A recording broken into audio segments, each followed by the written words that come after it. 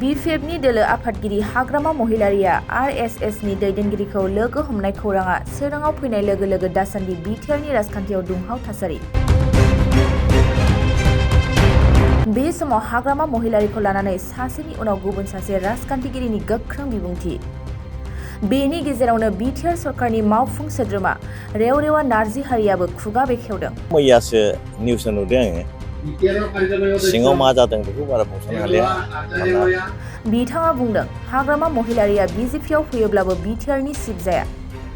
मावफुं सोद्रोमा नार्जिहारिया बुंदों हाग्रामानि फैनाय फैयिनि बाथ्राया बिथांनि थांखि। बबेखानि RSSनि दैदेनगिरिखौ मानो लोगो हमहैदों बेनि सायाव रोखा नङाब्लाबो नाथाय हाग्रामा महिलारिया गोरोबनानै खामानि मावनो फैयोब्ला दोलोआ बारायगोन होननानै मावफुं सोद्रोमा रेवरेवा नार्जिहारिया खौरां बिजोङाव बुंथियो। मैयासो निउस नुदों आङो। सिङाव मा जादों बेखौ बारा बुंस'नो हालिया। बिथाङा जेरोखोम खामानि मावबाय थादों जोंनि थाखायथ' BJPनि थाखाय मोजाङानो। जोंनि BJPनि थांखिया जाहैबाय गासिबो जाथिनि गासिबो संगठनखौ खामानि मावनाय। स्पेसियेलि जोंनि आसामनि मानगोनां गिबि मन्त्रि डक्टर हिमन्त बिश्व शर्मानि जे सिन्था खुनु जाथिखौ नागारना खामानि मावनो नागिराखै बे। गासिबो जाथिनि संगठनफोर MLA MPफोर जाहैबाय बिसोरखौ लानानै खामानि मावनो नागिरदों। जाहाथे जोंनि गेजेराव असान्थिया जोबो सान्थिया फैयो आरो जोंनि गेजेराव जौगाखांनाया मोजाङै जानो हायो बेखौ लुबैयो। मानोना मोनसे जाथिनिफ्राय अपोजिसनाव थाबाय थायोब्ला रायजोनि दैथायहरजानाय MLA MPफ्रा MCLAफ्रा जुदि बेवहाय अपोजिसनाव थाबाय थायोब्ला सरकारनि डेभेलपमेन्ट खामानिखौ मावनो हाया। होमबा डेभेलपमेन्ट मावनो हाया बै ओनसोलफ्राव डेभेलपमेन्टआ थालाङो। ओंखायनो जोंनि सरकारनि उद्देश्यआ जाहाथे खुनु जायगायावनो डेभेलपमेन्टनि खामानिया जाबानो थाया जायो बेखौ नायनानै बयखौबो लानानै खामानि मावदों। आरो मैयानि जे रिपर्ट जानो हागौ बिथाङा बेक्तिगत ना मा RSSनि दैदेनगिरिखौ लोगो हमहैदों बेखौथ' गाज्रि नङा लोगो हमहैदों बेखौ मानसि हिसाबै लोगो हमहैनो हायो बा पार्टिनि थांखि हिसाबै लोगो हमहैनो हायो बा जइन खालामनो थाखायबो हयथ' लोगो हमहैनो हागौ बे बिथांनि गोसो जाहैबाय। खिन्थु जों वेलकाम खालामो जों बेखौ बरायो बिथाङा फैनानै ज' जाफैब्ला जों जयैनो BTCआव बा आसामाव ओजोंहाय जोंहा UPPL दं BJP दं आरो BPFआ फैदेरनानै जुदि ज' जायोब्ला जोबोद मोजां जागोन जोंनि गेजेराव खौसेथिया नुजागोन बेखौ आसा खालामदों। मानि थाखाय लोगो हमदों बिनि माबाफोर सिगनालफोर मोनदों नामा? बेखौ जेबो मिथिनाय जायाखै। मानोना सम सम राजनितिगिरिफ्रा देशनि गिदिर गिदिर मानसिखौ लोगो हमनाय जायो। ओंखायनो बिथाङा मानो हमहैदों बेखौ मिथियाखै। खिन्थु प्रेसआव होनाय मथे जइन जागोन नामा मागोन नामा बे बिथांनि खोथा आरो। बिथां महिलारिया BJPआव जइन जायोबा BTCनि सिफआ सोर जाथावथाव? BTCनि सिफआथ' दा हाग्रामा महिलाया दिनै फैयोब्लाबो जानो हाया।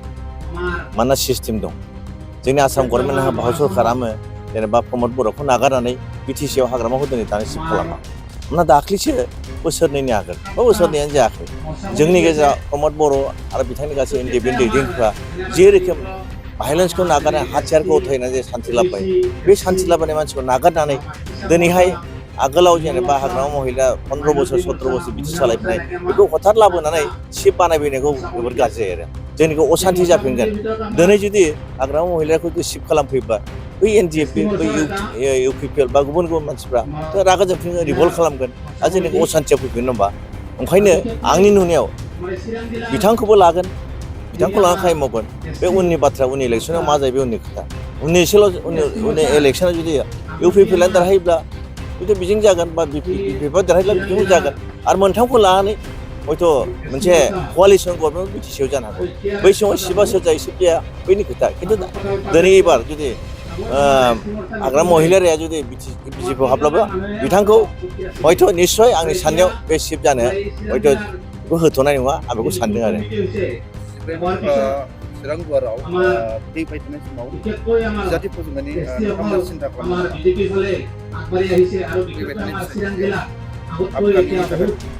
MP MCLआवथ' जाहाथे थाखागोन BJPआव थाखागोन। खिन्थु जोंहा मोनसे दं गोजौआव जों एलायन्स गेलेगोन BJPजों UPPLजों दिनै दं आरो BPFआ फैयोब्ला जयैनो एलायन्सखौ गेलेगोन। दा बै समाव परिबेसा मा जायो बे उननि खोथा जाहैगोन। मोजाङै दानि बायदि थाबाय थायोब्ला निस्सय एलायन्सआनो जागोन। बेवहाय जेराव जोंनि जेनेबा जेराव UPPLनि केन्डिडेट दं बा UPPL थागोन जेराव BJP केन्डिडेट BJP थागोन जेराव रावनिबो गैया बेवहाय बुजा फरायनायनि गेजेरजों जागोन।